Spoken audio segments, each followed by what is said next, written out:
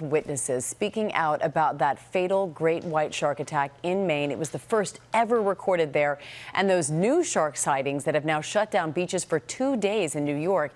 Eva Pilgrim is at Jones Beach, one of the New York beaches that closed for hours after a possible shark sighting there. Good morning, Eva.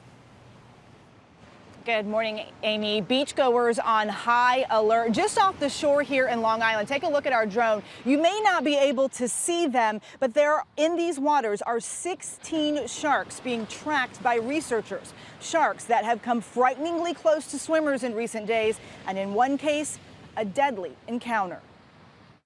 This morning, the first ever fatal shark attack off the coast of Maine. 63-year-old Julie Dimperio Holowach was attacked while swimming with her daughter 20 yards off Bailey Island Monday. Witnesses reportedly saw her thrown into the air by something. I knew what the situation was and knew how severe it was. Charlie Wemyss-Dunn speaking exclusively to GMA. He and his family were nearby and heard screams. My wife, who was sitting outside at the time, she started screaming my name, wanting me to come. I initially thought that someone was in distress out there. Charlie then paddling out in his kayak to try to help Julie. I was about to get in the water essentially because I still thought that it could be something like a boat propeller or some sort of accident like that. My wife was screaming at me not to get in the water. Julie did not survive, but her daughter was able to swim to safety.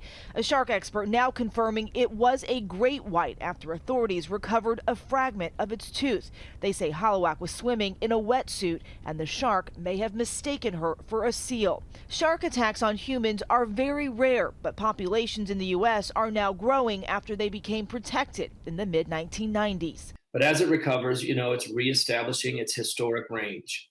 And when you mix that with the recovery of the seal and a lot more people in the water, now suddenly we look like their food. And so occasionally they'll make a mistake. Meanwhile, outside New York City, authorities closed beaches for a second day after more shark sightings there. We saw a fin, so we quickly knew it was a shark and immediately called all the people out of the water.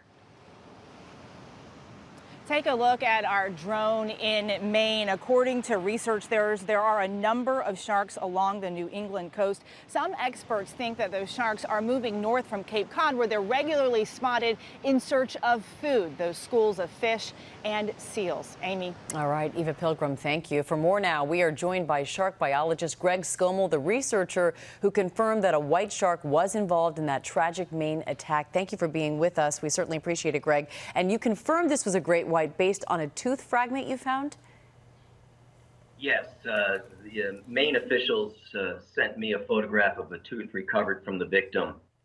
And based on the shape of the tooth and the serrations on it, I knew immediately it was a white shark implicated in the attacks. We know that attacks are rare. We know fatal attacks are incredibly rare. This was Maine's first, but we also saw beaches, as we just saw in Eva's report, closed for 2 consecutive days in New York. Is shark activity increasing? And if so, does that mean the likelihood of an attack is increasing as well? Every summer, as water temperatures warm up the northeastern United States, sightings increase, and with sightings comes beach closures. This is typical. This is what happens in July and August every year. I don't think people should be alarmed because of these beach closings. It's a cautionary move and something I support. And Greg, I know one of the things that you focus on in your research is why sharks attack. So how do you go about studying the whys behind an animal? Yeah, it's really hard to get into the brain of a white shark. So what we're doing is using a variety of technologies to study when, where, and how white sharks are attacking their natural prey. And we hope to use new technologies to try to answer those questions. Yeah, and what have you learned about it so far? Well, what we're finding out is there's, like many other researchers have found out over the years, is that there's no simple answers here. We're trying to find those environmental features that might drive the behavior of these animals, and nothing is jumping out at us right now.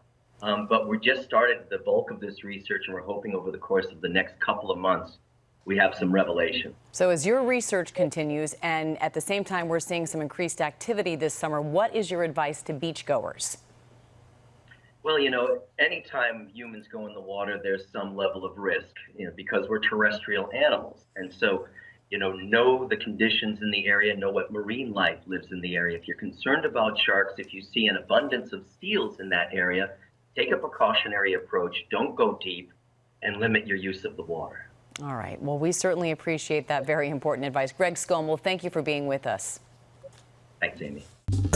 Well, hey there, GMA fans. Robin Roberts here. Thanks for checking out our YouTube channel. Lots of great stuff here. So go on, click the subscribe button right over here to get more of awesome videos and content from GMA every day, anytime. We thank you for watching, and we'll see you in the morning on GMA.